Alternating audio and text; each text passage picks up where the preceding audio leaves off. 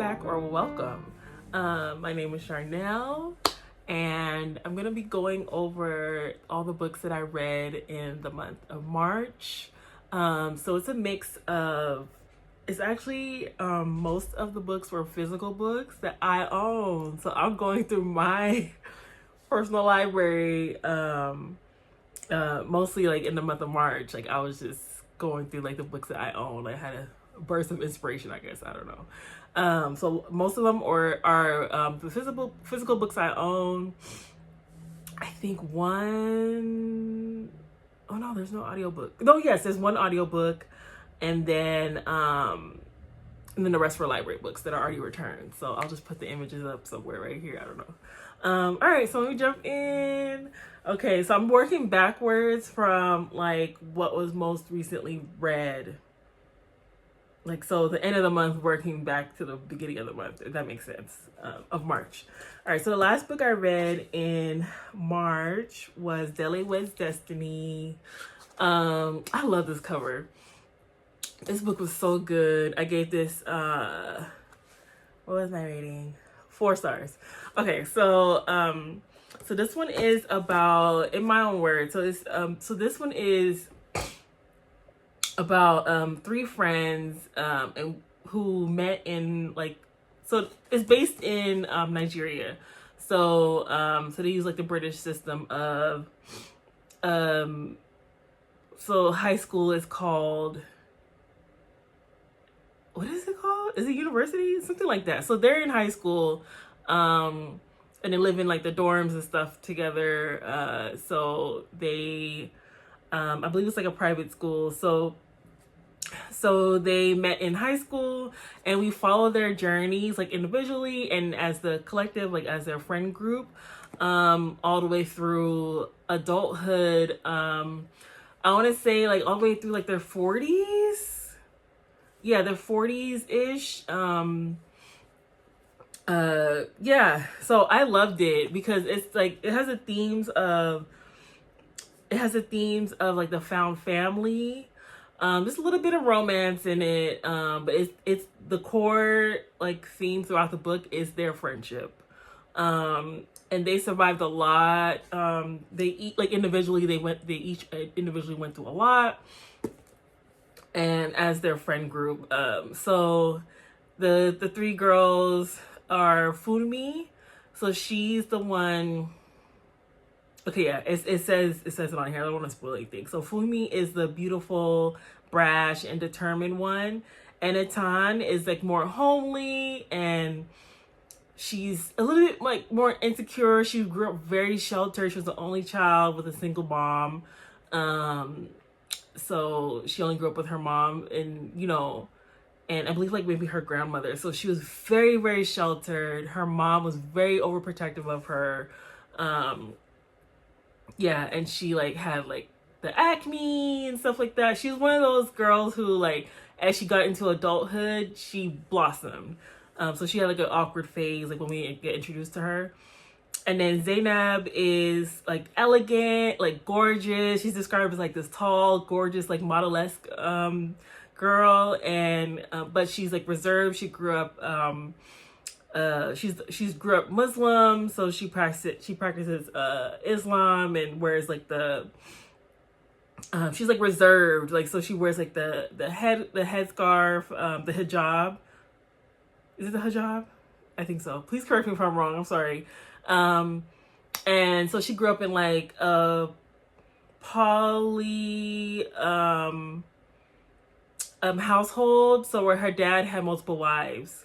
So Zainab's birth mother, like, she passed away. So her 2 other mothers, so like her dad's 2 other wives, raised her as their own. So she was like beloved, very spoiled. She grew up privileged and things like that, where the other 2 girls did not grow up privileged. So where the title comes in is when they get to adulthood. So their kids are grown. All of their kids are grown. So Dele is Destiny's fiance, and Destiny is the daughter of Funmi. She's her only child, her only daughter. And you know, Fumi ended up marrying rich honey. She like rich. But her daughter, you know, Fumi is very, I don't want to spoil, I hope I'm not spoiling anything. I don't think so. All of this is on the back of the book, but okay, let me maybe cut myself off. But you can tell I love this book. So basically we come to a head where this is a part of it. This is a part of the back of the book. So Destiny is getting married to Dele. And she is more reserved and quiet. It's funny, like now I'm thinking about it, Destiny ends up having the personality of like a mix of Zainab and Enitan, where she is so like shy and reserved and doesn't really speak up for herself. But she's very, very accomplished, like, you know, but so her and Fumi butt heads because Fumi is the one that's like, you know, I don't know, she kind of railroads her daughter, like, you know. So yeah, so you get themes of family drama, family traumas, sisterhood, friendship, found family, which I love. I think I've told you guys that's like my favorite, one of my favorite themes. So yeah, I highly recommend this. I didn't give it 5 stars because at the end I'm like, I want, like, it just like you give it like a slight resolution, but then and like revelations, and then like it stops. It's the end of the book. So I was like, wait, no, I want to know what's the aftermath. You know, I'm a very like, I need to, if it's standalone, I need to get like an epilogue and you know, stuff like that to see like what the aftermath was. Tomi Abaro was like, no, this is it. So I give it 4 stars, but I highly recommend it. Highly, highly, highly recommend it. Okay. So then I read I don't have this one. This was on my it was a Libby book on my Kindle. So I read it on my as a e-read. So this is from Cherie Lapina. It's called Not a Happy Family. And I rated this one 3 stars. I rounded it up. It's basically 2.5 stars. I did not care for this one. So this one was about, it was a thriller. You guys know Cherie Lapina as a domestic thriller. So let me just read you guys a slight synopsis. It says, so in this family, everyone is keeping secrets, even the dead. So Brecon Hill is in upstate New York, and it's an expensive place to live. You have to be rich to have a house there, and they don't come much richer than Fred and Sheila Merton. But even all their money can't protect them when a killer comes to call. The Mertons are brutally murdered the night after an Easter dinner with their 3 adult kids, who of course are devastated. Or are they? Okay. So they're all set to inherit like millions. So obviously this is a very wealthy, rich family. The dad, what's his name? Fred Merton, he like founded and owned like a robotics, like mechanical company, and it made him millions of dollars basically. But okay, so it's Easter night. Funny enough, Easter just passed like literally 2 days ago. Anyways, so Easter night, the kids come over with their spouses. Yeah, so they have like a family Easter dinner. It's like their tradition. But later that night, after everybody leaves, like the parents, Sheila and Fred Merton, are murdered in the house. So the detectives, everybody, all automatically just turn to the kids like, one of y'all did it, or all y'all, somebody, one of you guys did it. And yeah, and what else? Yeah, so the dad was, it says capricious, but the dad was abusive and mean. mean to those kids. Like they're grown, but it's like the story, like the book, like it goes through a lot of flashbacks to show like how mean and abusive he was to like everybody and the kids, even like at when they were kids, like when they were little. And then the mom, she was just like sort of, she even like when she was alive in the book, and like just she seemed like she was just checked out. Like she was, maybe the dad was abusing her too, but they don't really say. I don't know. They don't really say. But she was just like checked out. She's basically neglectful. I mean, that's not funny. I shouldn't laugh, but it's just like, it seemed like she just was, you know, she's a rich lady. She's like, she basically let the nanny, and the nanny's a big part of the story too. She basically let the nanny just she literally raised those kids because the mom was just not there. Like she, I guess, didn't care. I don't know. But anyway, so this was good. It was okay. I wouldn't say okay. This was okay. I gave it 3 stars. Like it was okay. It was it was okay. And what was I gonna say? I gave it like 2.5, 3 stars because like I think it was taking too long to get to the point of like who did it, and then once you finally find out who did it, like who killed the parents, like it was like literally the end of the book. It was like we got like maybe a page or 2 of why they did it, and then yeah, like so that's another thing. There was like no resolution after, so it was just, it wasn't my favorite. And in March I read another Sri Lankan book and I gave 5 stars. So I'll get to it in a minute. So I was shocked when I read this one. I was like, I don't know. And then I read The Partner Plot by Christina Forrest, my girl. I gave this one 4.5 stars. No surprise. I read The Neighbor Favor by her last year. So this is basically the follow-up. It's like a standalone follow-up. So The Neighbor Favor was about Lily and Nathan, and then Lily's sister, Violet. Iris is the other sister. So Violet, she's Lily's older sister. She's like the middle sister. She was introduced in that book, obviously in A Neighbor Favor, and now this is her book. This is a second chance romance. So Violet Green and Lily Green is the main female character from Neighbor Favor. So Violet Green, so she's like the fashion sister. Like she's a celebrity stylist.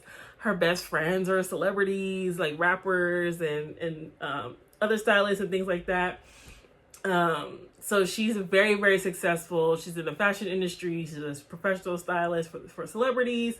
And she's like I think she's like in her late 20s in this.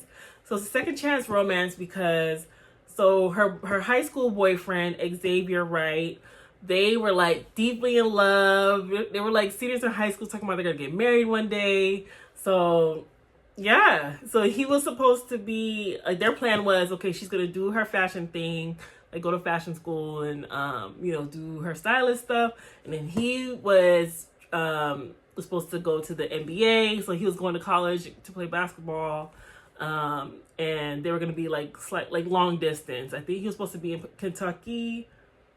Yeah, he was supposed to be in Kentucky, and she was going to one of the schools in New York. But yeah, so they broke up, they broke up while they were in college. And, yeah, so a decade later, basically, they reconnect. And, yeah. So this little blurb, it says what happens in Vegas doesn't always stay in Vegas. So like, basically they get married in Vegas when they reconnect 10 years later. They were drunk, yada, yada. And they got married. If you've been to Vegas, there's like a chapel on every corner. Like, you can just go get married, like legally married. So they get married, and then like things blow up from there. And it was cute, it was funny, romantic. There's like a little bit of spice, but it's not a lot. Like but it's so good. And Xavier sounds fine, honey. Like if you haven't seen it too, because I'm like every time I'm reading like a romance, I'm always fan casting in my mind. But on Christina Forrest's Instagram, I think maybe like yesterday or the day before yesterday, she posted like fan art of Xavier and Violet, and it was so cute. It's so cute. So if you haven't seen that, go to Christina Forrest's Instagram. But yeah, I recommend this one.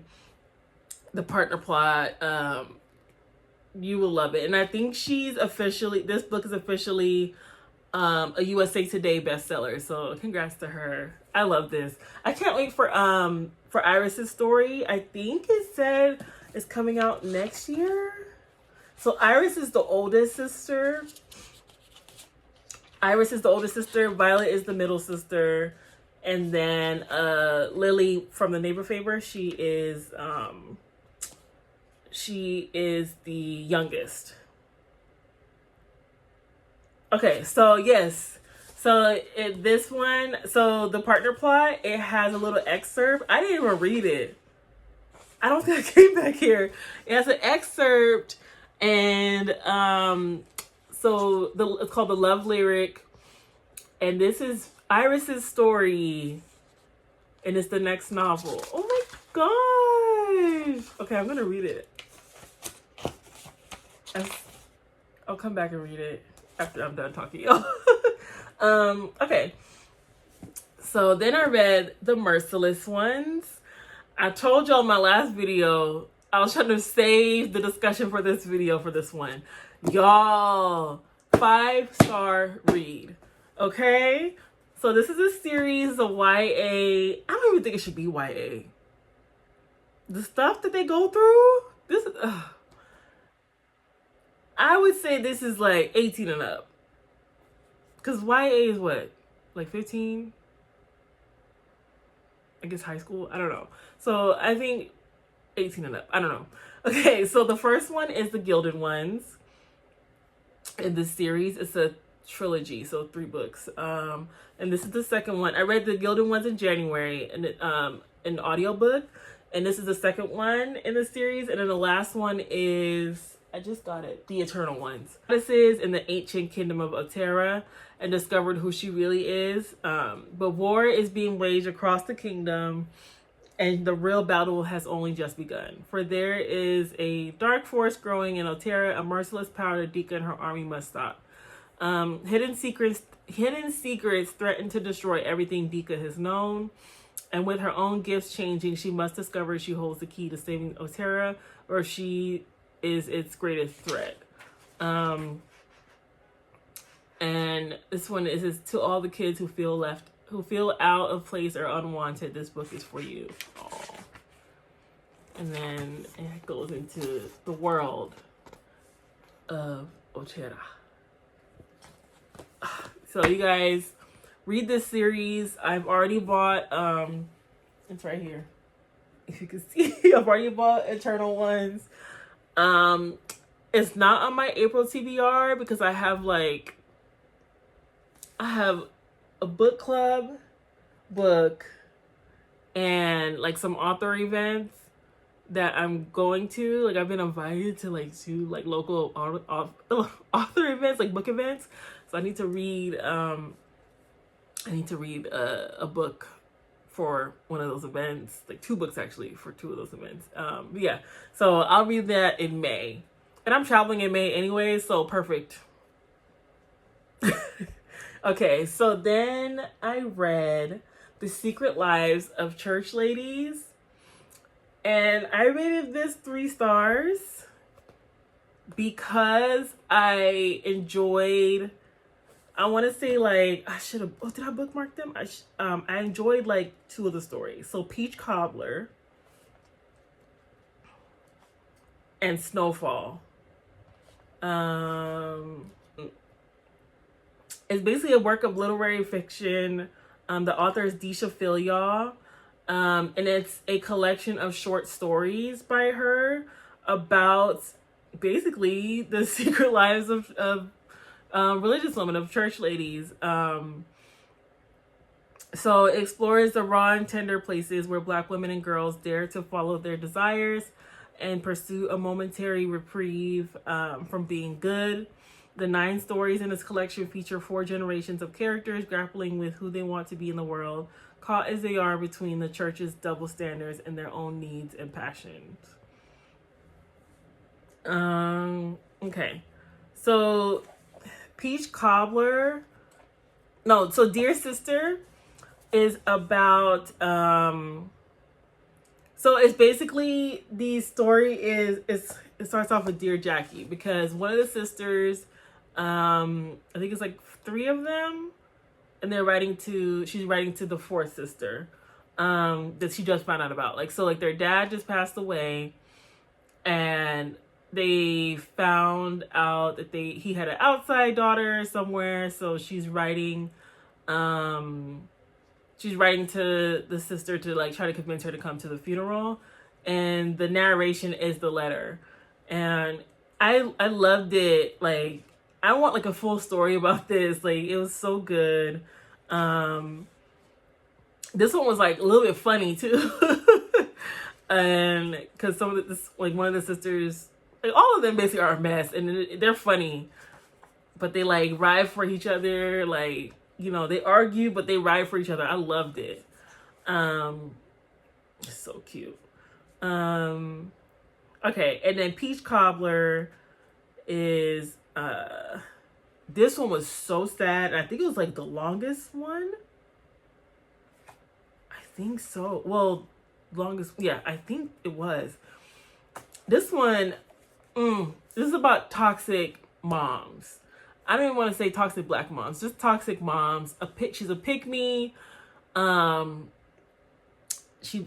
mom is a pick-me. She chooses the man that she's messing with over her daughter. Doesn't believe her daughter. You know what I'm saying? And she basically makes a peach cobbler. Even with the last money she has, she buys ingredients to make these peach cobblers for this man that she's messing with. So he comes over like Sundays or Mondays or something like that, and she gives him the peach cobbler. And the daughter cannot she's a little girl. She's not like a grown woman. Like, her daughter's a little girl, elementary school through high school, and she won't let her have any other peach cobbler. Even when oh my gosh, this little girl, it made me so sad. It made me tear up. Like, she was like, she wants to feel loved by her mom. And she, like, one time, like, I'm not spoiling anything, because there's a lot that goes into this story, into the peach cobbler story. Like, there's leftover peach cobbler, and her mom, like, made her throw it in the trash. She wouldn't even let her have any of the leftovers, like, after the guy left. And later in the middle of the night, the little girl goes to the trash and was eating some of the peach cobbler out of the trash. And the mom woke up and was like, "What are you doing?" Like, and was pissed that she was eating it out of, like, she was, you know, like, she didn't want her to have any of it that bad. And she wouldn't even let her have, like, what's the trash, the scraps. Her mom was just mean. Oh my gosh. Anyways, I do recommend it, but you have to be in the right headspace to read this. And I'm thinking that's what it was. Because as you can see, like, I was reading romance. I was in like a romance mood. Reading a fantasy, and then I threw this one in there. I just don't think I was in the right headspace. I'll probably try again, maybe, but it's 3 stars for me, but the Goodreads rating is 4.18. Yeah, the average rating from Goodreads is 4.18. So it's obviously a highly rated book. Just be in the right headspace. Because I just don't think I was in a mood for it, but I was reading it. Okay, so next was Hookshot by my girl Katie Ryan, by my fave. I rated this one, I think 4.5. Yep, 4.5. And this was so good. So it's in the same series as, is it the Hoops? Yes, it's the Hoop series. Yep, the Hoop series. So I read Long Shot, gave that one 5 stars. So that one was Iris and August. And this one is about Lotus, who is Iris's cousin. Like their moms are sisters. So they grew up very, very close. Basically like they were sisters. So you still get a little bit of Iris in the story, which I loved Iris in Long Shot. So this was about Lotus, and he and the main man. I can't talk today, guys. I'm so sorry if I'm stuttering or saying a lot. I just said it. So this is about Keenan Ross and Lotus Dupree. So Lotus is Iris's cousin, and then Keenan is on August's same basketball team, the San Diego something or something or something. In this universe. So he's whereas August is like the younger player in his 20s ish, yeah, in his like mid to late 20s. Keenan is like a veteran basketball player, so he is like in his late 30s. So, and Lotus is in her mid 20s. Okay, so they are sort of like an age gap. They're probably like 10 years. Yeah, I think they're like 10 years apart. So he's 10 years older than her, but like he's like in his mid to late 30s. She's in her mid to late 20s. And this book is, oh, it says here, oh, gosh, she's 25. But yeah, this one was so good. I gave it 4.5 stars. It's a thick girly, just like most of Katie Ryan's books. But you just eat the story up, and you know, you just fall in love with the characters. I love Lotus. Her and Iris are so different.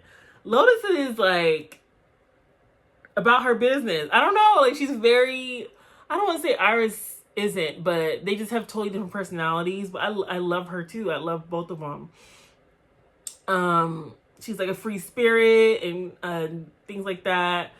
Like more, she's not boho, but she's just more free spirited and risk taking and things like that. And then Keenan, obviously, he's a divorced dad, so he just got through a very, very public and messy divorce, and he has a teenage daughter.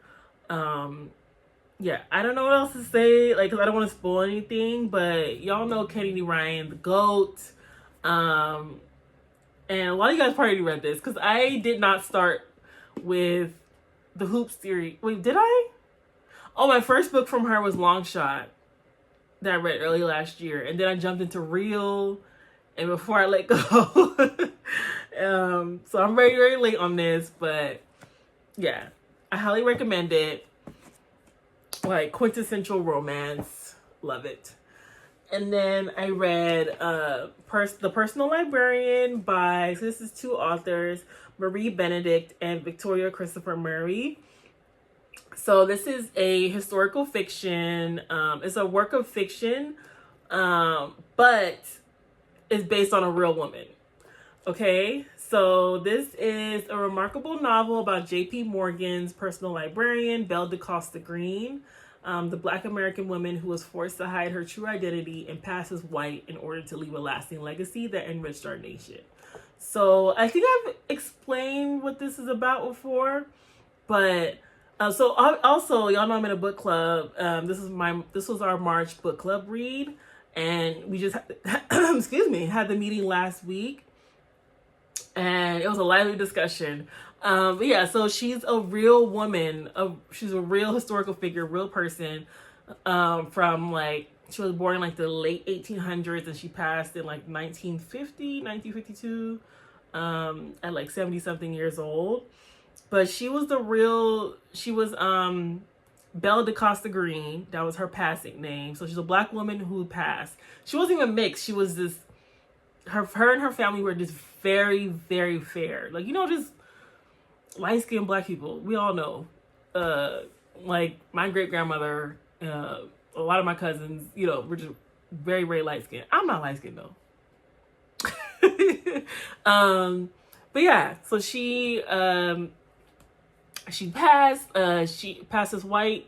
So she worked at Princeton University, which is here in New Jersey, and then she got recruited to, like, she worked in she was studying to be like a librarian, like a record keeper, you know, things like that. And she got recruited and interviewed to be JP Morgan's personal librarian. So he is a finance dude. You guys know his family and company is still like a global phenomenon now, like finance and things like that. But he was an art history buff. Like, he had a huge personal personal library of historical artifacts. So like, it could be like sculptures, written words, like books, like the first book ever written, things like that. He had all of that in his collection. So he had his own little personal library, like his own little office in New York, in Manhattan.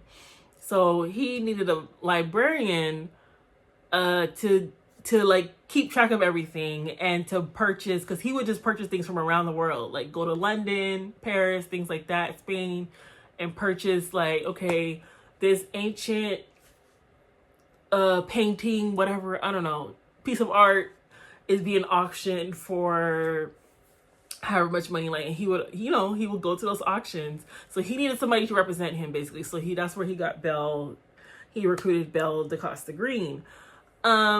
So yeah, so she ended up turning this library into like what it is today. It's still standing, guys. It's in New York City.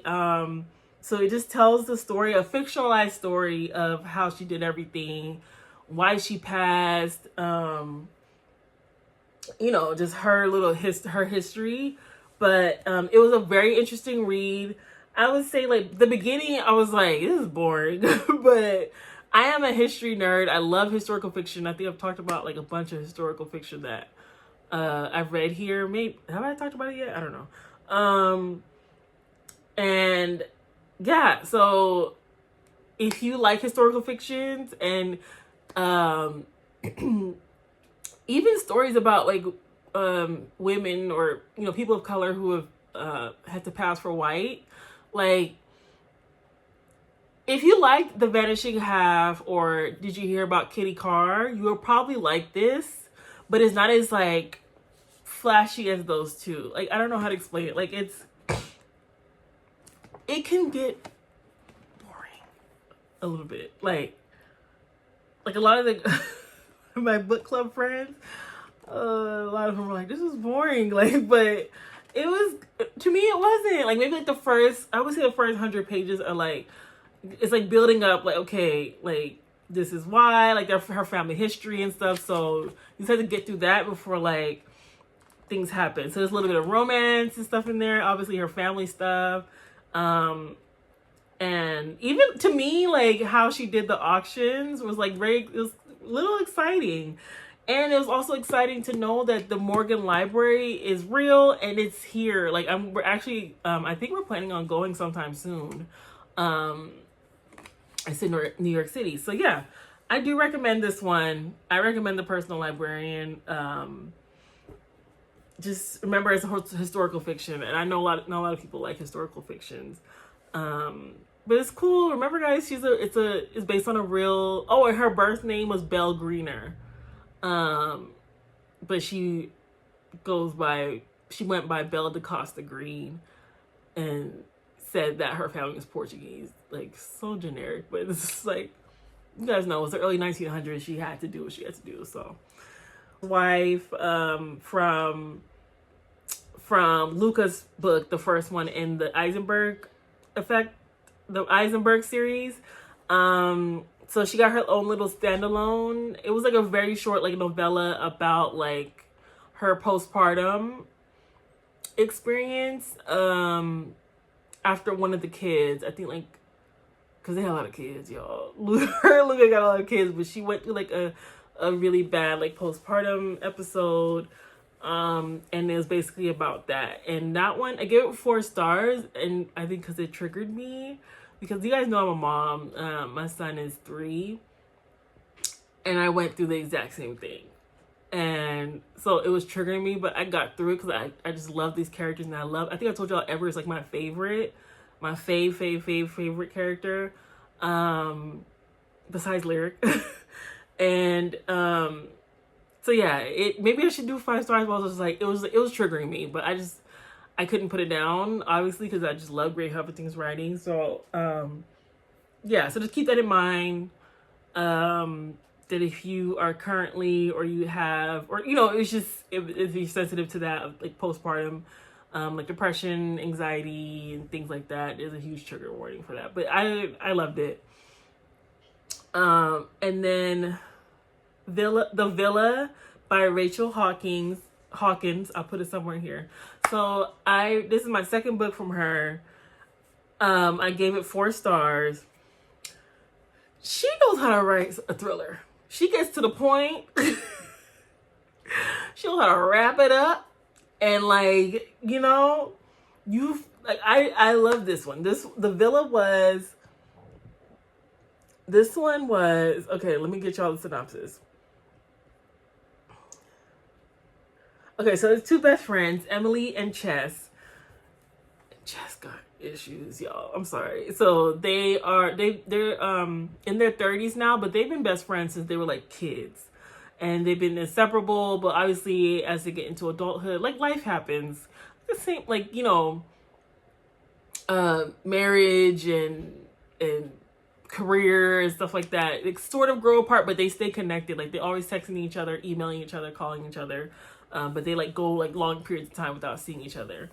And same, a lot, that's my childhood best friends, and high school friends, college friends, it's the same thing, because we all got kids, spouses, jobs, just life, but anyways, so this is a thriller, and I think it's just a regular thriller. Cause I was like, is it a domestic? No, it's a regular thriller. So they take a trip to Italy and stay at this villa that is 30 years prior. So in the 80s or the 70s, some murders happened there. Okay, it's not funny. Why did I laugh? A murder happened there, and Emily, she finds out while she's there. No, before they go, because she Googled where they're gonna stay at. It's called Villa Estas, and she's like, "Wait, Chess, do you know that somebody got killed here?" I mean, same. I'll just say, girl, we're gonna find a Holiday Inn. We're gonna find a Hilton. We're gonna find somewhere else, because somebody died. Somebody got killed. Not like they had a heart attack or something. They got here in this house. So, yeah. So I don't want to tell y'all who it was, but yeah. So, but when they still go, they still stay at this villa, and yeah. But while they're there, Emily keeps finding clues. She keeps finding things that is she's wait, who killed this person is not who killed him. So there's a mystery within this thriller book, and Emily and Chess, they are, lifelong best friends, but Emily's starting to get vibes from Chess. So that's where the thriller comes in. It's what happened. So there's 2 things happening at once. I hope I'm explaining this good. There's 2 things happening at once. That's the murder from 1974 in that house, and then now her and Emily and Chess are going through their own thing within that house. So it's a page. This book is a page turner. From page one, you're into it. It's really, really good. And it's sort of bookish too, because Emily and Chess, they're both authors, but they're kind of different. Chess is self-help. She's a guru, on social. She has millions of followers. She does talks and stuff like that. and Emily, she's like has like a long mystery series, so she has like this character that she always writes about, and she's also a best-selling author. So in their own two ways, like they're both like really good writers, and like yeah. So I recommend this book.